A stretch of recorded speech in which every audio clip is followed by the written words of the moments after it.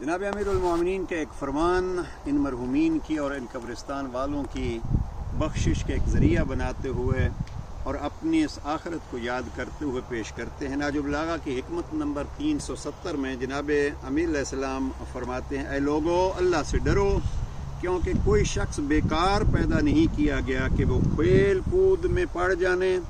اور نہ اسے بے قید و بند چھوڑ دیا گیا ہے کہ بےہودیاں کرنے لگے،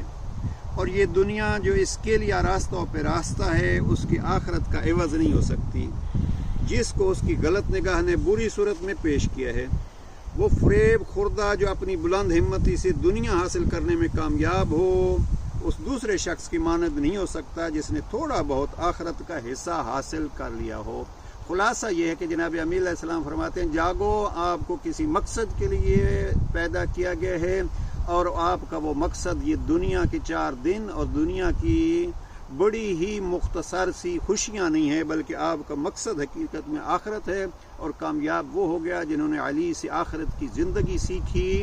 اور آخرت کو کامیاب بنا لیا۔ نہج البلاغہ حکمت نمبر 370۔